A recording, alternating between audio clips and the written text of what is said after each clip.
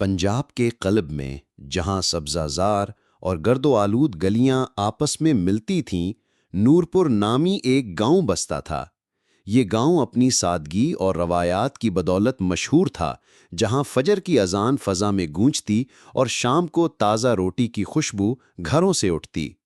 مٹی کے بنے گھروں پر رنگین نقوش کندہ تھے، اور گاؤں کا مرکز ایک بوڑھا برگد کا درخت تھا جو صدیوں سے قصے سناتا تھا۔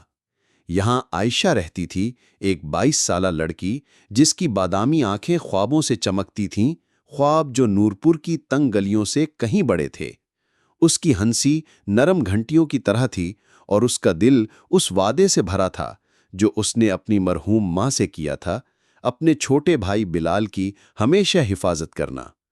بلال 16 سال کا ایک شرارتی لڑکا اپنی پھٹی نوٹ بک میں پل اور عمارات کے خاکے بناتا تھا، کیونکہ وہ انجینئر بننے کا خواب دیکھتا تھا۔ عائشہ، جو گاؤں میں درزی کا کام کرتی، اپنی ساری کمائی بلال کی تعلیم پر لگاتی، رات گئے تک ایک ٹمٹماتے بلب کی روشنی میں سلائی کرتی۔ ان کا رشتہ اس دکھ نے جوڑا تھا جو انہوں نے برسوں پہلے اپنے والدین کو ایک بیماری میں کھو کر سہا تھا۔ مگر نورپور ہمیشہ پرامن نہ تھا۔ گاؤں میں ایک اجنبی کی آمد کی افواہیں پھیل رہی تھیں، ایک شخص جو شام کو آتا اور صبح ہونے سے پہلے غائب ہو جاتا۔ کچھ اسے راہگیر کہتے، کچھ چور، مگر اس کا نام کوئی نہ جانتا۔ عائشہ نے ان باتوں کو گاؤں کی چہم گوئی سمجھا، کیونکہ اس کا دھیان بلال کے خوابوں اور اپنی امیدوں پر تھا کہ ایک دن وہ یہ گاؤں چھوڑ کر بہتر زندگی جئیں گے۔ ایک طوفانی شام، جب بارش گھر کی ٹین کی چھت پر زور زور سے برستی تھی، دروازے پر دستک ہوئی۔ عائشہ، جو سلائی کر رہی تھی، ساکت ہو گئی۔ بلال، جو چارپائی پر اپنی نوٹ بک لیے لیٹا تھا، نے تجسس سے سر اٹھایا۔ اس وقت کون ہوگا؟ اس نے سرگوشی کی۔ عائشہ کا دل دھک دھک کر رہا تھا، مگر اس کی ماں کی بات اسے یاد آئی۔ مہمان نوازی فرض ہے عائشہ، کبھی کسی کو دروازے سے نہ لوٹاؤ۔ اس نے دروازہ کھولا اور وہاں ایک شخص کھڑا تھا، بھیگا ہوا، کانپتا ہوا، اس کا چہرہ ایک پھٹے شال کے نیچے چھپا ہوا۔ براہ کرم، اس نے بھاری آواز میں کہا، میں ایک مسافر ہوں، صرف ایک رات کی پناہ مانگتا ہوں۔ عائشہ نے بلال کی طرف دیکھا، جس نے ہلکا سا سر ہلایا۔ اس نے ایک طرف ہٹ کر کہا، اندر آئیں، آپ آج رات ہمارے مہمان ہیں۔ اسے کیا معلوم تھا کہ یہ ایک رات کا مہمان اس کی زندگی کو ہمیشہ کے لیے بدل دے گا۔ بڑھتا ہوا تناؤ۔ اجنبی نے اپنا نام عمران بتایا، ایک تاجر جو ملتان سے آیا تھا اور طوفان میں بھٹک گیا تھا۔ اس کی آواز پرسکون تھی، مگر اس کی آنکھوں میں ایک عجیب سی بے چینی تھی جو عائشہ کو کھٹک رہی تھی۔ مگر اسلامی اقدار نے اسے مہربانی دکھانے پر مجبور کیا، تو اس نے عمران کو اپنے والد کا پرانا کرتا اور گرم کھانا پیش کیا۔ بلال، جو ہر نئی چیز سے متجسس ہوتا، نے عمران سے ملتان کے بازاروں اور شہروں کے بارے میں سوالات کیے۔ عمران مسکراتا رہا، مگر اس کے جوابات مبہم تھے اور وہ کمرے کے کونوں کی طرف دیکھتا جیسے کچھ ڈھونڈ رہا ہو۔ رات گہری ہوتی گئی اور باہر کا طوفان شدت اختیار کر گیا۔ کھڑکیاں کھڑکھڑا رہی تھیں اور دیواروں پر عجیب سائے ناچ رہے تھے۔ عائشہ نے عمران کے ہاتھ دیکھے، کھردرے مگر ایک عجیب سی نرمی لیے ہوئے، جیسے وہ محنت اور آسائش دونوں سے واقف ہوں۔ وہ اپنی بے چینی کو دبانے کی کوشش کرتی رہی، بلال کی ہنسی پر دھیان دیتی جو اپنے خاکے عمران کو دکھا رہا تھا۔ عمران کی دلچسپی سچی لگ رہی تھی، اور ایک لمحے کے لیے عائشہ کو لگا کہ شاید وہ واقعی ایک تھکا ہوا مسافر ہے۔ مگر جیسے جیسے رات گزرتی گئی، عمران کی موجودگی اسے بوجھل لگنے لگی۔ وہ اپنے بارے میں کم بولتا، اور جب عائشہ نے پوچھا کہ وہ اکیلا کیوں سفر کرتا ہے، اس نے کہا، کچھ راز اکیلے ہی دفن کرنے پڑتے ہیں۔ اس کے الفاظ عائشہ کے دل میں چھری کی طرح چبھے۔ بلال نے، جو اس تناؤ سے بے خبر تھا، عمران کو طوفان گزرنے تک رہنے کی دعوت دی، اور عائشہ نے خاموشی سے سر ہلایا، مگر اس کا دل بے قرار تھا۔ عائشہ کا دل دھک دھک کر رہا تھا۔ یہ کیسے ممکن ہے؟ اس نے پوچھا۔ اس کی آواز بمشکل سنائی دے رہی تھی۔ عمران نے اس کی طرف دیکھا، اس کی آنکھوں میں ایک عجیب سا درد تھا۔ فاطمہ میری ماں تھی، اس نے کہا۔ وہ اس گاؤں سے چلی گئی جب میں بہت چھوٹا تھا۔ اس نے مجھے یہ ہار دیا تھا، کہا تھا کہ یہ اس کی سب سے قیمتی چیز ہے۔ عائشہ کے ذہن میں ہزاروں سوالات اٹھ رہے تھے۔ اس کی ماں نے کبھی اپنے ماضی کے بارے میں زیادہ نہیں بتایا تھا۔ کیا یہ سچ ہو سکتا تھا؟ کیا عمران واقعی اس کا بھائی تھا؟ اس نے اپنے دل کو مضبوط کیا اور پوچھا، اگر یہ سچ ہے تو تم اب کیوں آئے؟ عمران نے سانس لیا۔ میں اسے ڈھونڈنے آیا تھا، مجھے پتا چلا کہ وہ بیمار ہوئی اور اب وہ اس دنیا میں نہیں۔ اس کی آواز ٹوٹ گئی۔ میں بس اس کی یاد کو زندہ رکھنا چاہتا تھا۔ عائشہ کے دل میں غصہ اور رحم دونوں جاگ اٹھے۔ اگر یہ سچ تھا تو اس نے رات کے اندھیرے میں چھپ کر کیا کرنا چاہا، اور اگر جھوٹ تھا تو اس کی ہمت کیسے ہوئی کہ اس نے اس کی ماں کی یاد کو چھوا؟ اس نے سخت لہجے میں کہا، تم صبح تک یہاں رہ سکتے ہو، مگر کل تمہیں یہ گاؤں چھوڑنا ہوگا۔ عمران نے خاموشی سے سر ہلایا، مگر اس کی آنکھوں میں ایک عجیب سی چمک تھی۔ اگلی صبح جب طوفان تھم چکا تھا، عائشہ نے بلال کو ساری بات بتائی۔ بلال نے حیرت سے پوچھا، تو کیا وہ ہمارا بھائی ہے؟ عائشہ نے سر ہلایا، مجھے نہیں معلوم مگر کچھ غلط ہے۔ جب وہ عمران سے بات کرنے گئے تو وہ غائب تھا۔ چارپائی خالی تھی اور اس کے کپڑے تہہ کر کے رکھے ہوئے تھے، مگر جب عائشہ نے ہار چیک کیا تو وہ غائب تھا۔ وہ چور تھا، اس نے چیخ کر کہا۔ بلال نے اسے تسلی دی، مگر عائشہ کا غصہ بے قابو تھا۔ وہ گاؤں کے چوکیدار کے پاس گئی اور سب کچھ بتایا۔ گاؤں والوں نے عمران کو ڈھونڈنا شروع کیا، مگر وہ غائب تھا۔ شام کو عائشہ اور بلال گھر واپس آئے تو انہیں دروازے پر ایک خط ملا۔ اس پر عائشہ کا نام لکھا تھا۔ اس نے خط کھولا۔ اس میں لکھا تھا، عائشہ، میں نے جھوٹ بولا، میں فاطمہ کا بیٹا نہیں ہوں، یہ ہار اس کا تھا، مگر میں ایک قرض دار ہوں جس نے تمہاری ماں سے وعدہ کیا تھا کہ یہ ہار اس کے بچوں تک پہنچاؤں گا، مگر میری غربت نے مجھے مجبور کیا۔ ہار گاؤں کے جوہری کے پاس ہے، اسے واپس لے لو اور مجھے معاف کر دو، عمران۔ عائشہ کے آنسو بہنے لگے۔ بلال نے خط پڑھا اور خاموش رہا۔ اب کیا کریں گے؟ اس نے پوچھا۔ عائشہ نے کہا، ہار واپس لیں گے اور اس کے لیے دعا کریں گے۔ اگلے دن عائشہ اور بلال جوہری کے پاس گئے اور اپنی بچت سے ہار واپس خرید لیا۔ جب عائشہ نے ہار کو ہاتھوں میں تھاما، اسے اپنی ماں کی گرم جوشی محسوس ہوئی۔ وہ گھر واپس آئی اور بلال کے ساتھ اپنی ماں کی یادیں تازہ کیں۔ رات کو جب وہ ستاروں کو دیکھ رہے تھے تو عائشہ نے کہا، بلاز، زندگی ہمیں آزماتی ہے مگر اللہ ہمیشہ ہمارے ساتھ ہے۔ اس نے ہمیں یہ ہار واپس دیا اور صبر و معافی کا سبق سکھایا۔ بلال نے مسکرا کر کہا، اور یہ کہ مہمان نوازی دل کی وسعت ہے۔ عائشہ نے عمران کے لیے دعا کی کہ اللہ اسے ہدایت دے۔ اس نے سیکھا کہ مہمان نوازی صرف کھانا پکانا نہیں بلکہ دل سے بھروسہ کرنا ہے۔ یوٹیوب ناظرین کے لیے، اگر یہ کہانی آپ کو پسند آئی تو لائک کریں، کمنٹس میں اپنے خیالات شیئر کریں اور ہمارے چینل کو سبسکرائب کریں۔ کیا آپ نے کبھی کسی اجنبی پر بھروسہ کیا؟ ہمیں بتائیں۔ اللہ آپ کی حفاظت کرے۔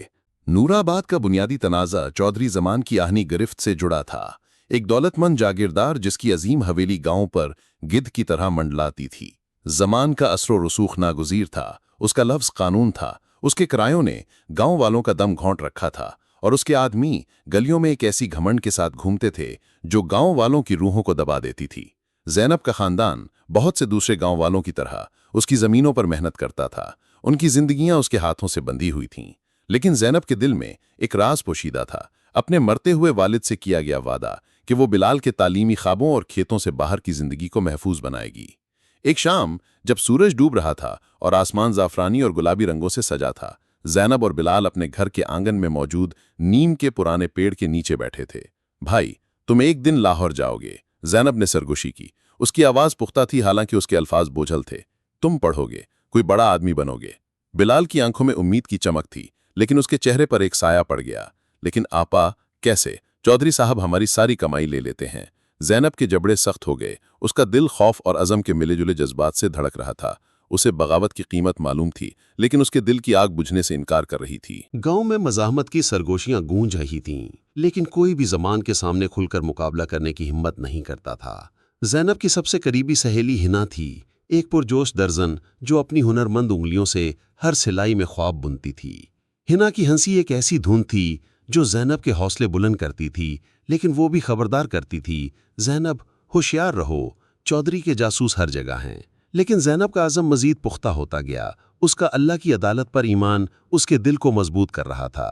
اسے کیا معلوم تھا کہ آزادی کا راستہ ایک ایسی قیمت مانگے گا جو اس کے تصور سے بھی بڑی ہوگی، ایک ایسی قیمت جو اس کی ہمت کو آزمائے گی، چھپے ہوئے سچ کو عیاں کرے گی اور نورآباد کی بنیادوں کو ہلا دے گی۔ نورآباد کے دن ایک ٹپکتے ہوئے نل کی طرح گزر رہے تھے، ہر لمحہ خوف کے خاموش بوجھ سے لدا ہوا تھا۔ زینب کھیتوں میں بے انتہا محنت کرتی، اس کے ہاتھ دھوپ میں گندم کاٹتے ہوئے چھالوں سے بھر جاتے۔ اس کی ماں آمنہ راتوں کو ٹوکریاں بناتی، اس کے ہاتھ تھکاوٹ سے کانپتے۔ بلال، جو اپنی پڑھائی اور محنت کے درمیان توازن رکھتا تھا، رات کو مٹی کے تیل کے لیمپ کی مدھم روشنی میں کتابیں پڑھتا۔ خاندان کے خواب ایک نازک دھاگے سے لٹک رہے تھے، ان کی کمائی چودھری زمان کے لالچی ہاتھوں میں چلی جاتی تھی۔ زینب کے لیے ہنا ایک پناہ گاہ تھی۔ دونوں گاؤں کے کنویں پر ملتیں، جہاں ان کی ہنسی پیتل کے برتنوں کی کھنک کے ساتھ مل جاتی۔ ہنا اپنی تیز ذہانت اور متعدی خوش مزاجی کے ساتھ زینب کو اس کی ضد پر چھیڑ دی۔ تم تو شیرنی ہو زینب، وہ کہتی، اس کی آنکھیں چمکتے ہوئے، لیکن شیرنی کو بھی آرام کی ضرورت ہوتی ہے۔ زینب مسکراتی، لیکن اس کے خیالات کہیں اور تھے، گاؤں میں بننے والی خفیہ مزاحمت کی سرگوشیوں پر۔ آصف نامی ایک خاموش عالم کی قیادت میں چند نوجوانوں نے زمان سے مقابلہ کرنے کا منصوبہ بنایا تھا۔ آصف اپنی نرم طبیعت اور تیز ذہانت کے ساتھ زینب کی توجہ مسجد کی اجتماعات میں کھینچتا تھا۔ اس کے انصاف اور ایمان کے بارے میں الفاظ زینب کے دل کو چھوتے تھے، امید کی ایک چنگاری جگاتے تھے۔ ایک مرطوب دوپہر جب زینب اور ہنا آم کے پیڑ کی چھاؤں میں سلائی کر رہی تھیں، آصف قریب آیا۔ اس کے چہرے پر ایک فوری پن جھلک رہا تھا۔ زینب، ہم آج رات پرانی چکی پر مل رہے ہیں، ہمیں تم جیسی آوازوں کی ضرورت ہے جو نہ ڈریں۔ زینب کا دل زور سے دھڑکا۔ مزاحمت میں شامل ہونا سب کچھ خطرے میں ڈالنے کے مترادف تھا۔ اس کے خاندان کی حفاظت، بلال کا مستقبل، لیکن ظلم کا بوجھ اس کی روح کو روزانہ کچل رہا تھا۔ اس نے ہنا کی طرف دیکھا، جس کی آنکھوں میں خوف چمک رہا تھا۔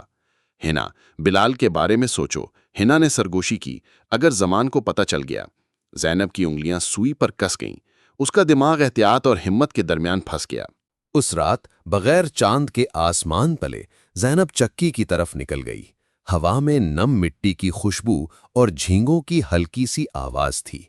اندر 1 درجن گاؤں والے ایک ٹمٹماتے لالٹین کے گرد جمع تھے، ان کے چہرے عزم کے سائے سے ڈھکے ہوئے تھے۔ آصف نے دھیمی آواز میں بات کی، منصفانہ کرایوں اور زمان کی غیر قانونی زمینوں پر قبضے کو بے نقاب کرنے کا منصوبہ بنایا۔ زینب کی آواز کانپتی ہوئی تھی جب اس نے کہا، ہم اس طرح جینا جاری نہیں رکھ سکتے۔ اللہ ہمارا دکھ دیکھ رہا ہے، ہمیں اس کی عدالت پر بھروسہ کرنا ہوگا۔ اس کے الفاظ نے گروپ میں آگ بھڑکائی، لیکن اس کے دل میں شک کا کیڑا چل رہا تھا۔ کیا وہ اس شخص کے خلاف کامیاب ہو سکتے تھے جس نے نورآباد کو اپنی مٹھی میں جکڑ رکھا تھا؟ ہفتوں گزرنے کے ساتھ مزاحمت زیادہ جرت مندانہ ہوتی گئی۔ زینب اور آصف نے مل کر کام کیا۔ ان کا مشترکہ جذبہ ایک ایسی رسی بن گیا جو مقدس اور خطرناک دونوں لگتی تھی۔